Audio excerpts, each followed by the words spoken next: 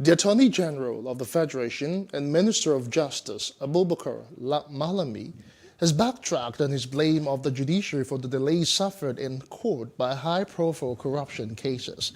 This development comes about 48 hours after Malami completely exonerated the executive arm of government from the problems of delays, as he had described it as entirely a judicial affair.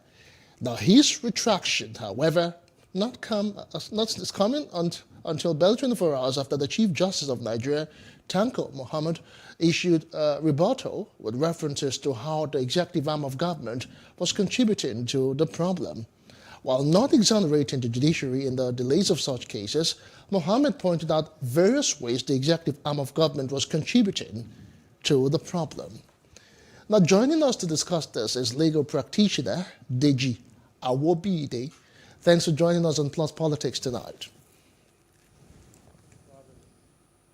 All right, you have followed the series of events from who is responsible to a backtrack by the Minister of Justice, Abubakar Malami. Let me just put it to you, point blank as it is right now. Would you really agree with the minister when he said that the judiciary was actually the cause of delays of high-profile cases in Nigeria?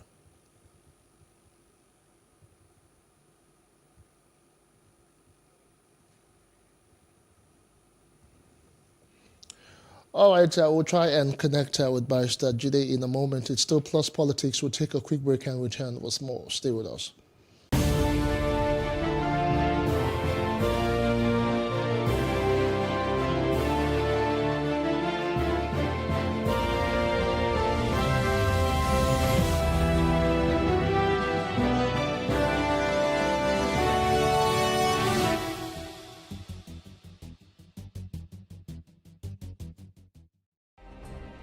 Nigeria's Niger Delta region, from where the black gold fuels Africa's largest economy, where the lines between wealth and poverty has never been thinner. Conflicts, poverty, insecurity, and environmental challenges daily confront the region. How can the Niger Delta story be changed for the better? Join Mamude Akuga at 9 p.m. every Friday evening on PlusTvAfrica as he probes deep in search of solutions. Inside the Niger Delta with Mamude Akuga, the authentic voice of Nigeria's oil-rich region.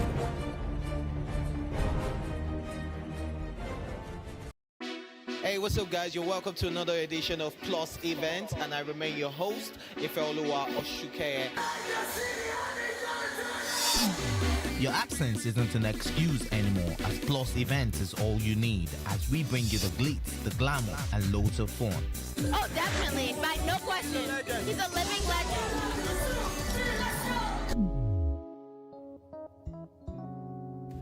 Oh, God forbid, Holy Ghost fire, I know. I just want to be blown away. I want to be wild. This is 11 years of doing it.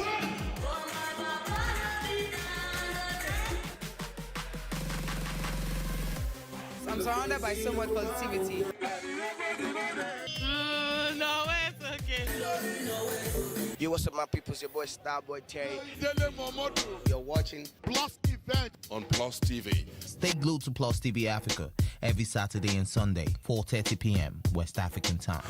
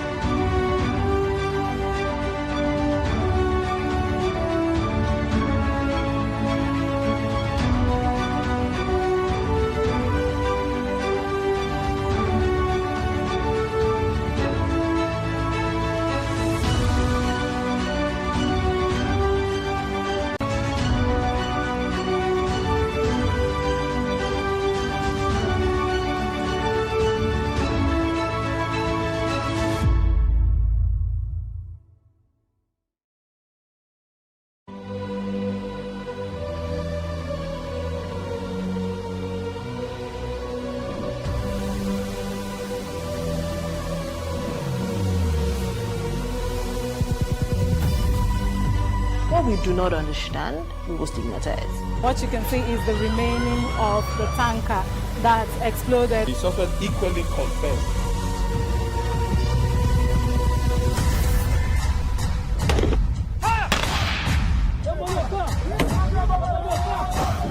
A 500 naira they collect them. If you no talk, they go beat you. Now 2,500 they pay.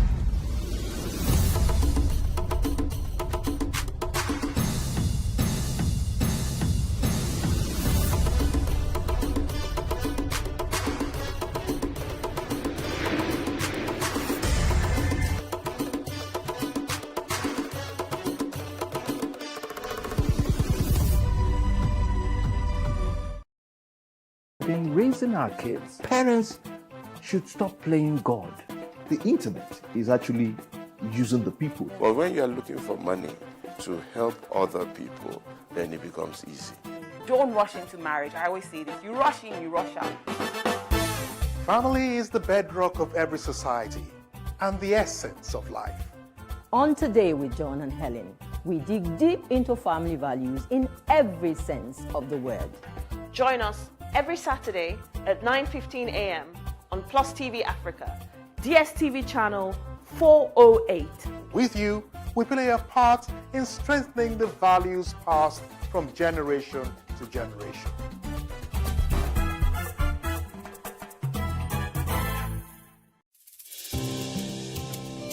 For me, I wanted to change that culture. I didn't believe that until you see a white man or you see a foreigner in the kitchen before you can believe that, good food is going to come out of that kitchen.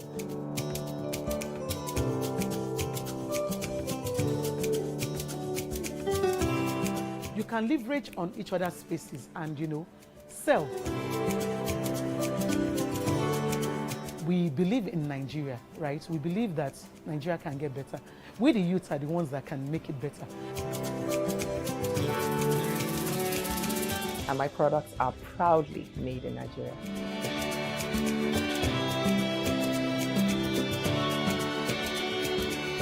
Made in Nigeria, showing every Tuesday at 10:30 p.m. and repeats on Saturday at 8:30 a.m.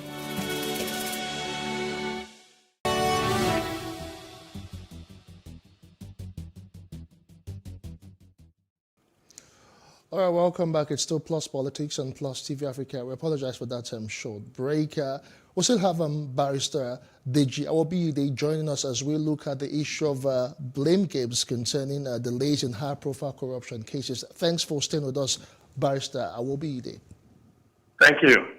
All right, there seems to be like a back and forth between the judiciary and the executive who should be blamed concerning this issue of why we have delays in high-profile cases.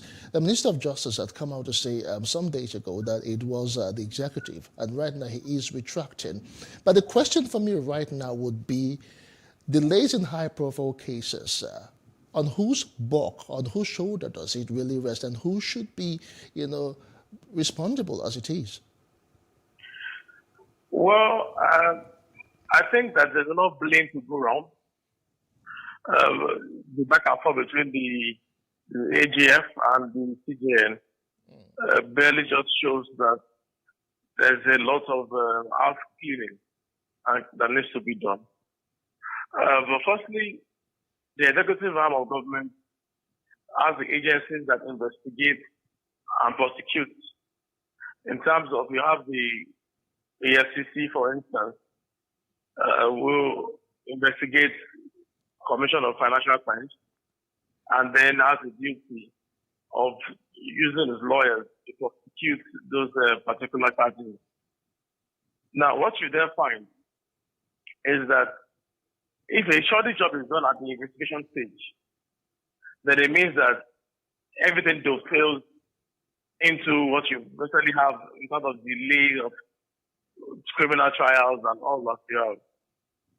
For instance, if you compare the rate of conviction that the FCC has recorded with ordinary Nigerian defendants, you see something about 2,000 convictions.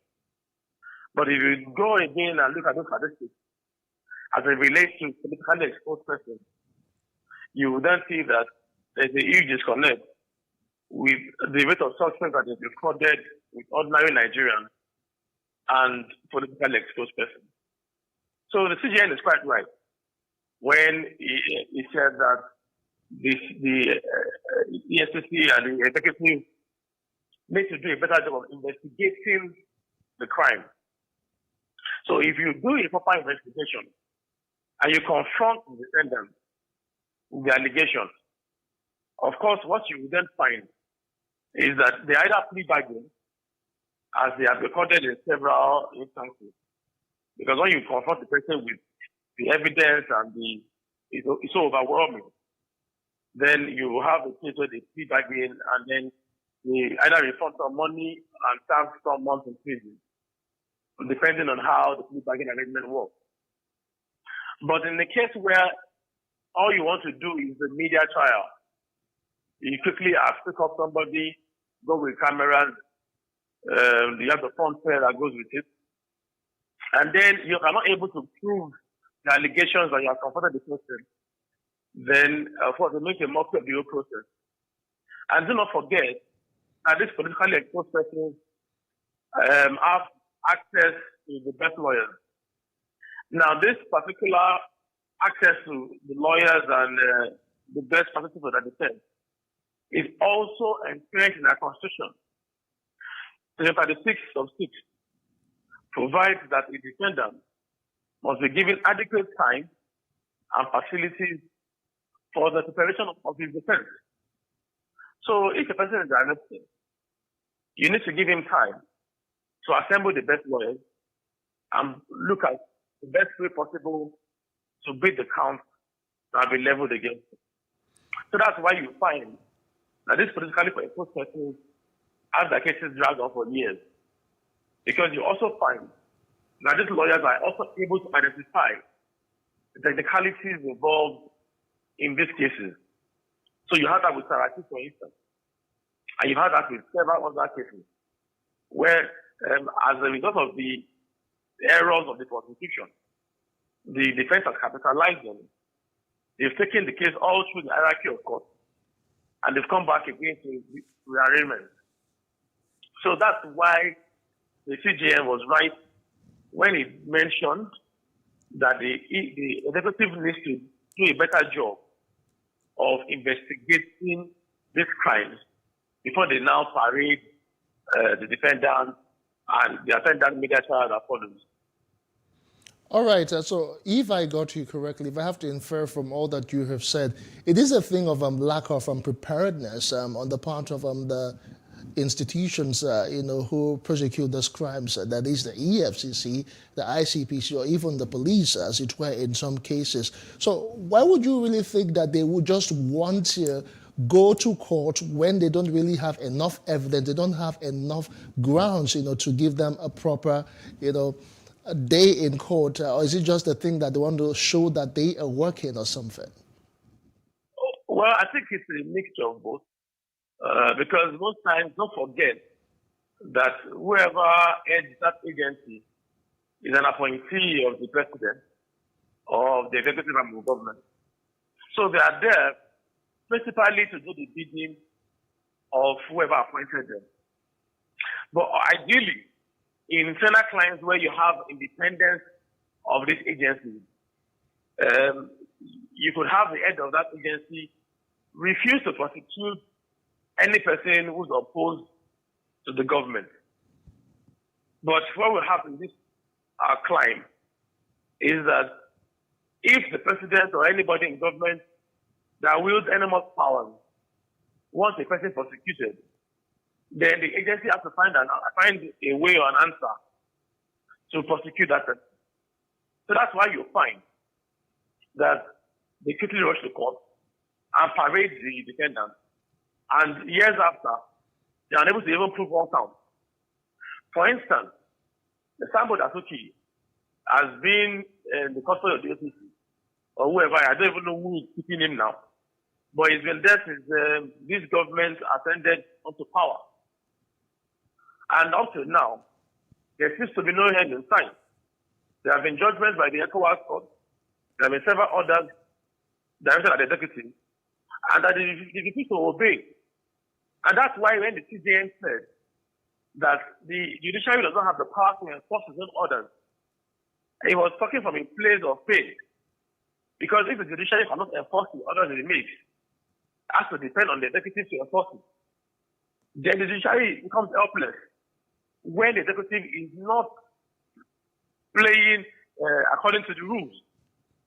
If a court orders a particular action, the executive should lend the entire weight to the implementation of that particular order. But what you find is that they select the ones to implement.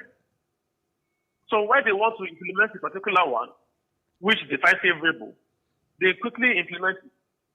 When they find that it's unfavorable, they do as if they haven't seen the other.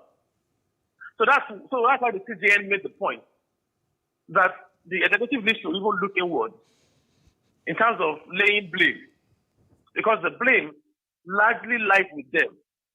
I'm not saying that the judiciary is totally blameless. Of course, we have cases of adjournment, court not sitting, improper application of the law, and every other thing that the defendant counsel would exploit. So those things are there. But by and large, if the executive does its job properly, through its agency, ICPC, ACC, the police, then there is little room for error. There is even little room for maneuvering. Because what happens normally is if you invite a defendant that, there's a particular complaint against you, the defendant comes to the station or to the agency, is confronted with a particular fact. Of course, if those facts are true and confirmed, you have witnesses, you have complainant testimony, all that will be shown to the defendant. There is no room for maneuvering. So the person throws his hands up and say, okay, I did this thing. All right.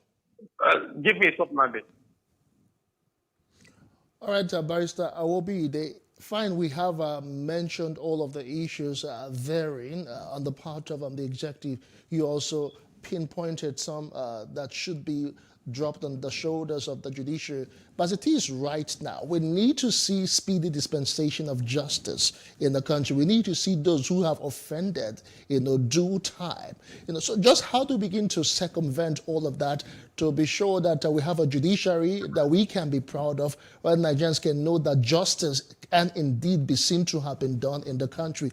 How do we move around all of this? I know the executive, the judiciary, and the legislature, they're not supposed to be best bodies, as it were. They're supposed to be some sort of, checks and balances. But how do we ensure some sort of, sanity so that Nigerians can actually begin to see that justice is served and these criminals, who, loot the commonwealth of the nations are brought to book? Well, I think there has to be some form of synergy between the executive arm of government and the judiciary. Well, the good thing is that there have been conversations ongoing. The judicial sector reform, the reform of our criminal justice system are issues that are front and center, and that you've had stakeholders discuss extensively. I think the issue will not be resolved overnight, but block by block, brick by brick, I think we will get there. Now, what needs to be done is that the orders that have been placed in our system need to be removed. For instance, the reliance on technicalities, which every defendant's counsel has the right to exploit, needs to be removed. So all those issues that defendant's counsel exploits, all those to the Supreme Court and then comes back, we need to gradually remove them. A good thing is that the ACJ has ensured that you cannot stay criminal proceedings. So all those objections are constantly raised at the point of reading the charge of arraignment are no longer fashionable because the law has corrected that. Now, also, the next stage needs to be conclusion of investigation before arrest. Because once you arrest a person and the news is all over the media, the common man on the street expects that justice should be served. But when you have failed to do the job of investigation properly, then it drags on and on.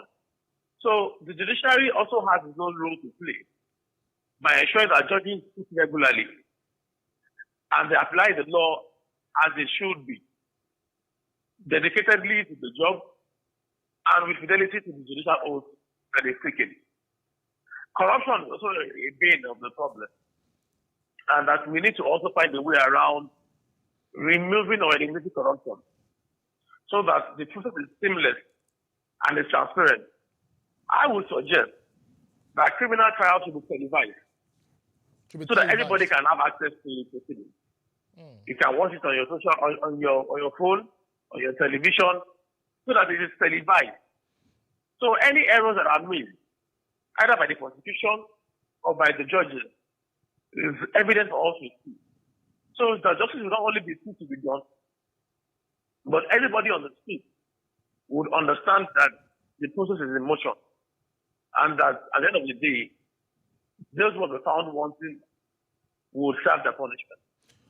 All right, Barrister, over time, there have been calls and renewed calls for special courts, to try these cases of corruption and looters and for, politically exposed persons in the country. How far do you think that can go? Is that the panacea that we are looking for?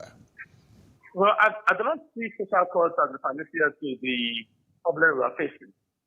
And I say this because those judges will be the heads of those special courts who will preside over those cases are still going to be taken from the judiciary. The prosecutors, the investigators, the witnesses are still going to come from the same agency. So what has changed? It's not just about just giving it a nomenclature and say we have a special court without addressing the major problem. If you fail to investigate, you can have 100 special courts and still not receive any conviction. So it is important that the job is done the way it should be done. Proper investigation before arrest. After the arrest, you arraign. After arraignment, you go to trial. You must have witnesses in court. It's not that a case will come up, you have the defendant present in court, and then the prosecutor says that the witness is not available. So what do you do as a judge? You are a court for the matter, but the witness is not in court. Will the judge manufacture witnesses for the prosecution? I don't think so. In similar vein, the prosecution brings witnesses to court, but the court is not sitting. So what happens? Everybody goes home. Manpower is wasted. Taxpayers' funds are wasted. So both sides have enough blame to go around. But it is a synergy that they need to find a way around, that both of them need to work hand in hand to ensure that justice is served. There's no point having a criminal trial go on for 10 years, 9 years, or you go to Supreme Court and come back after 10 years. All you can do is keep your point. So all of these issues are issues that a criminal court will not solve. The issues are more fundamental than that. Right. So until both sectors find a way to come around, both arms of government, to address this problem, we will still remain where we are. All right, Barrister Deji, I will be on a final note now before we let you go. What role do you think the bar has to play in all of this? Because at the risk of playing devil's advocate, some believe that lawyers or senior lawyers, seem to know what is right. At the end of the day, they try to look for loopholes to make these cases, get prolonged in court and, get their clients, out when they actually, indicted in such issues? Great question. Now, the problem that we have is that the Constitution, which is the ground norm of all laws in Nigeria, provides in 36/5 that a person is presumed innocent until proven guilty. In other words, once we operate in an adversarial system, which means that the prosecution is duty bound to establish beyond reasonable doubt the guilt of the accused person. So it is not for the accused person or the defendant to prove his own innocence. The burden rests on the prosecution to establish beyond reasonable doubt that that defendant is guilty of the crime. So that's why the prosecution has a very serious role to play in resolving this problem. So if the prosecution gets his house in order, there will be limited room for lawyers to maneuver. All right. Because don't forget, I mentioned earlier that 36 of the Constitution allows the defendant to be given adequate time and facilities for the defense of his criminal trial. So if a politically exposed person has the resources for the best legal advocate, those advocates will put their best brains together to find a way out. And they would exploit every available loophole that a prosecutor presents to them. You would recall that Bola Ahmed Tinubu was put before the Code of Conduct Tribunal at some point, but he got away on the technical ground and assembled the best advocates in the country to defend him.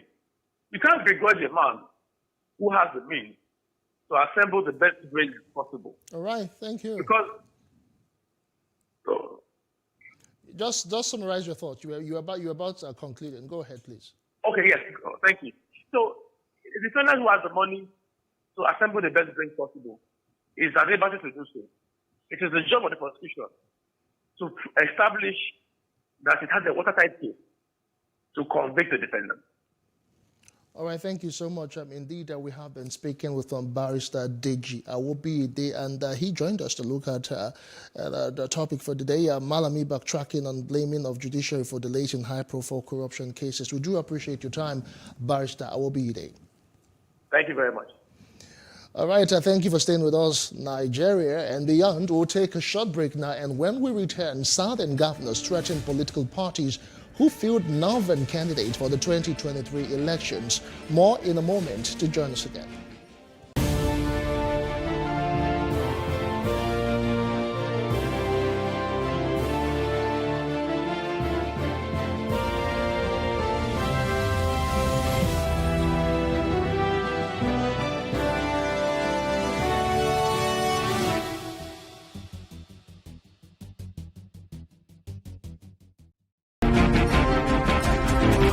I advocated sometimes that Nigeria should have to go to training to understand the real meaning of federalism. You know, we are not practicing federalism. This is a unitary system of government. So, for example, we mentioned the Ebubag wise that they are not been able to roll out the Ebubag. People that some governors are not yet convinced that because of the structure, governance structure, some of these things make it difficult. But the moment it becomes this philosophical framework of the government, that this is how it's supposed to be, both the federal and everybody will join in making sure that we have such multi-level security architecture. What they are saying. So the point that you are having, it's telling here, there and there, because the federal government has not yet convinced on the way to go. On the other hand, they have poor understanding of what you mean by federalism. The only federalism, only in Nigeria you find this kind of lopsided federalism, or what they call unitary federalism. You don't have to practice federalism. There's no part of the world that you find federalism like this. So it's a matter of willpower to take the right decision for the right to achieve the right result. So it is better late than never that the governor has come to see that look, if we keep quiet and we keep waiting for this federal government, we will die. Our people will keep dying. And the problem now is that not even the economic sabotage that is involved. The health hazard we are suffering. Young babies born are suffering it. Pregnant women are suffering it. Strangers who visit us are suffering it. We will live here are suffering it. You wash your white clothes. I like putting on white clothes. You wash your white clothes, you spray them, you wake up, it turns to black. You go and take your bath in the morning to go to work. Not any other party. When we say competence should be prioritized, it includes everybody who has come out to save their community, including people from the South. It's quite possible that the most competent Nigerian out of all the lot who is asking to be trusted with power will come from the south. And we can vote for a southerner. We are not saying absolutely only a northerner is competent enough to be president. We are saying prioritize. No one has a right to circumscribe the right of northerners aspire to be president of this country after President Buhari, to be candidates of their parties if their parties make them candidates, or to be voted for by other Nigerians. Because if you do this, you are second-class. You constrain all of us simply to the role of leaders. And you say you vote only for the candidates. All of you can vote. Oh, thank you very much, but no, it is not good enough. We will not accept it. Democracy doesn't exist in consensus, because consensus could just be a trick through which some strong people may want to impose a candidate on a caucus. And then when you complain, they say we built a consensus. So that may not be democratic. That's where the problem is. And that's, I think, at the end of the day, the president may simply still sign it, even if he doesn't get his way. But as I said earlier, these are the opening schematics as we progress towards this electoral act. The truth is this: somehow, somewhere, because of the way the northern part of the country was hospitable, a lot of people or some generation of illegal immigrants, took advantage either because of cultural affiliation or religious affiliation or tribal affiliation and infiltrated Nigeria. And many of them, maybe old generation, but their children are those who today are vampires, they are chameleons, they are lepers, and they are venomous. All I can tell you is this is the reason why I prefer citizenship to anything called religion or tribe or other things. And this is my example I will give. Whether you be as Christianic as anything, you will never be allowed into Rome or the Vatican City or into Israel if there is no proper documentation.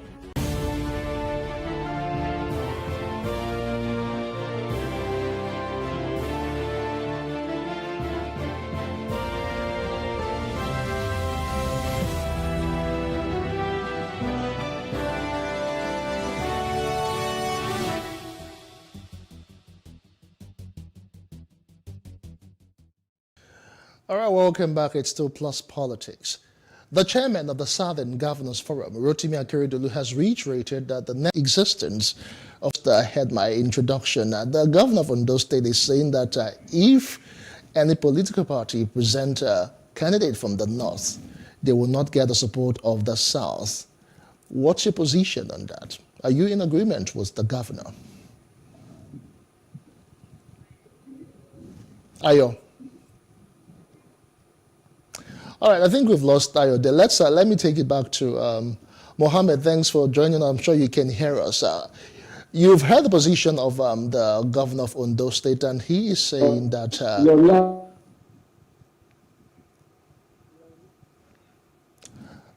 Mohammed, can you hear me? I can hear you. All right, so you have followed the position of the governor of Ondo State. I just want to know your candid opinion, because he's saying that the South would not support any party which failed a northern candidate. First and foremost, thank you for having me. But as it is, all of the parties are shying away from rotation of power, because in less than, say, 1 year to the polls, none of the parties, to the best of my knowledge, have come out to say we are picking our candidate, or this is the particular region where we'll be having our presidential candidate come from, whether it is the APC, the PDP, and all other smaller parties. None of the parties are doing that, are saying that at the moment. So I think it is actually wrong for the the governor of Ondo State, to categorically say that if any party feels a northerner, the southerners won't support. And I must say this: you see, democracy, whether we like it or not, is a government of numbers. Is a product of numbers, I mean to say. And The fact is that the northern part of Nigeria still holds sway in terms of voters' power. So it beholds on any candidate, whether it's coming, the candidate, particularly candidates coming from the south, to romance, excuse my word, to romance the north. Like what have Tinubu doing at the moment, for every little thing here and there in the north. He was in Zamfara before he traveled to London and so on. And even the vice president, whether he has declared or not, but you see him romanticizing the north. He was in Kano State for a public lecture 2 days ago, but he used the opportunity to visit the family of Hanifa that was murdered some weeks back. So I think it is very important that any candidate, particularly that wants to win the presidential election, must embrace the North. Because, whether we like it or not, this democracy is a game of numbers. And at the moment, the way Nigeria is constituted, I'm sorry to say, the northern region are at advantage. All right, thank you, Mohammed. Chinedu, let's talk to you right now. You have heard from Mohammed that he feels politics in Nigeria is a game of number and as such, so the South should romance with the North if they really would hold sway come 2023. But I'll take it further to say that wouldn't there be any issue of conflict of interest as regards the North or the South, rather, who they are going to field? Wouldn't there be issues like should we field out candidates from the South or the Southeast or the Southwest? What's your position, really, Chinedu? Look, we have to lay down the peanut butter at this point. First of all, the question of leadership should never, ever boil down to tribe or tribalism. It should never. That point has to be made that this is the reason why our country is polarized. This is the reason why a lot of things are happening. I can talk about the Southeast. When I was here the last time, I talked about how this tribal undertone surrounding our politics has caused a lot of issues, and there's so much unrest in the Southeast as it is. Of course, that's not what's on the table, but we should never make the issue of leadership a tribal. It should never be a question of tribe or whatever. Coming to what the governor has said, well, he's the chairman of the Southern Governors Forum. They can decide what they need to do, but Nigerians need to understand that what we need is a leader who will take us from the doldrums, because we're at the doldrums. I was on a radio program earlier today in Enugu, and I told them that he that is down needs fear no fall. Nigeria is on its back. We have fallen to our worst. What we need to do is to rise, and what we need to do is to pinpoint that man who will be able to clear the clutter, who will be able to walk through the maze and get us out of where we are, because we are, like I said, we're at our worst. And if I can find a better word to use, we're at our worst right now. Now, what we need is someone with the right initiative, the right thinking, the right tactics, to get us out of this nonsense that we're in. It should never be an issue of tribe. If we come to numbers, there are a lot of factors. You can't just say that the North is super when it comes to numbers. I'll just go against my values of not being tribal or, following the line of polarization in any way. But if you look at it, the is mostly made up of Muslims, while the South is mostly made up of Christians. And if you look at the religious constitution of the country by population, the Christians are more. So you would know that the Christian North will possibly go with a Southern choice. So you can't just sit down and say that the North is superior when it comes to numbers, because there are other tiny factors that you need to look at. But to round, this thing up so that other people can speak, it should never be a question of tribe. We should stop playing that tribal game.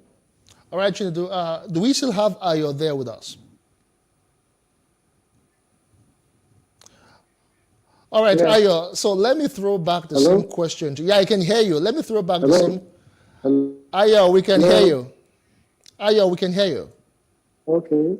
So I'm throwing back the same question to you now. Would you really say that the issue of ethnicism, zoning, and all of this talk about the North and the Southern dichotomy, they've actually done us more harm than good, and they've actually brought more disunity than even pushing Nigeria together as one?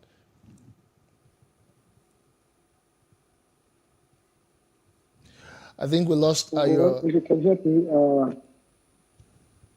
Are you still there? well, if you can get me, all right. Let me get back level to of epileptic in the frequency. I can hear what you're saying, Ayo. Let me get back to Mohammed. Mohammed, you have followed the conversation so far, and Chinedu said it goes beyond numbers. It goes beyond the polarization as per ethnic groupings, as per the North, the South, the Southwest, the Southeast, that it's even more to religion and all of that. But as it is right now, shouldn't the conversation be more about who has the best interest of Nigerians at heart, who has the pedigree, and who has, all that it takes to bring a better Nigeria? Mohammed. Should be.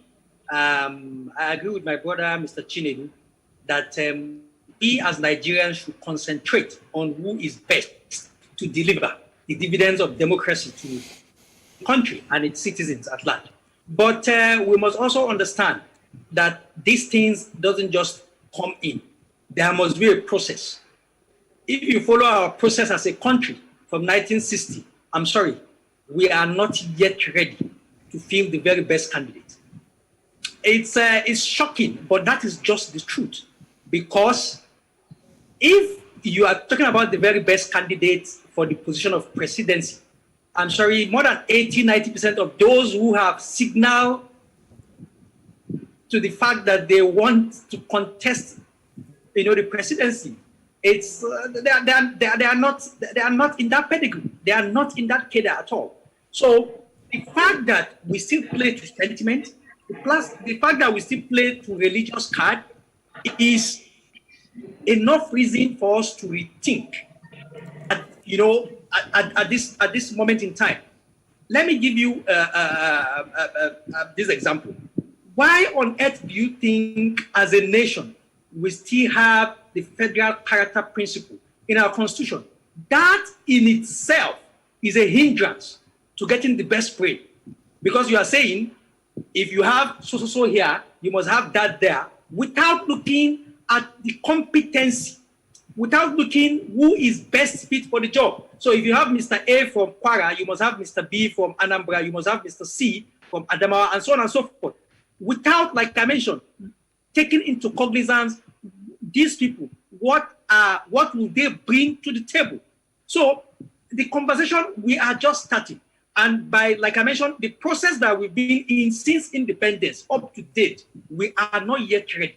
There are a whole lot of things that we need to put in place for us to shift, for us to move forward in terms of getting the very best brains and the best hands to manage this country. But at the moment, we still play to religious cards, we still play to tribal cards. It's unfortunate. All right, thank you so much, Mohammed. Chindu, let's just get your final contribution to this particular issue as by the way forward, how we can get about better elections and better leaders, better governors, a better president, irrespective of religion, tribe, or ethnic groupings.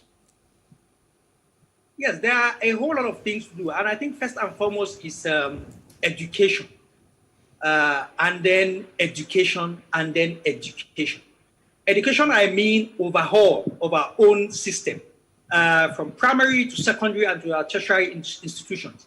People understand the fact that this country is not meant for a particular section of people or a particular cadre of people or people from a particular religion or a particular tribe, that it's meant for us all. We either decide to make it grow, to better it, or we want to destroy it all. So, like I mentioned, education is key. It's very, very vital. You can imagine we have more than 10 to 15 million people, children out of school all over Nigeria. Nobody's talking about them. So it's shocking. So my own advice would be that we need to educate people we need to go back to school and we need to implement education. Then that would channel every other thing, even in terms of voter education. People are not coming out to vote. The last election, we have less than 30% or 35% of the people who registered who are eligible to vote coming out to vote. It's shocking. So my own advice, like I mentioned, would be education. We have to restructure, we have to go back to classroom to teach people the right to do, and we must implement it in order to move forward. Thank you so much, Mohammed, yet again. Chinedu, can we get your final words on this particular issue? Chinedu? I'm afraid that's as much as we can take. We'll take a short break now, and when we return, I'll be giving you my take.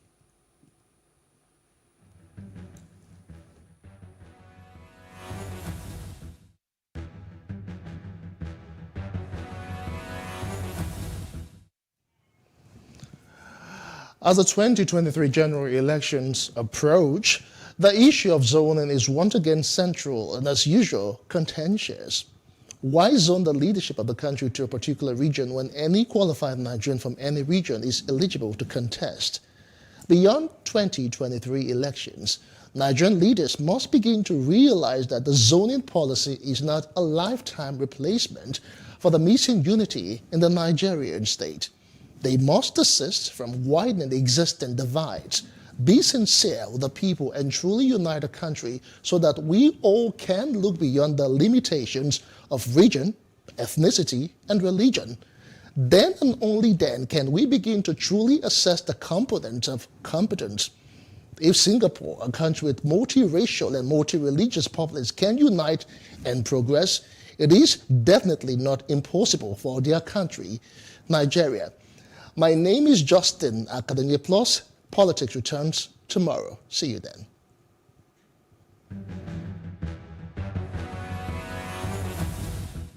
Southeast, because that is our turn. We're supposed to be have a president for the next election. You understand?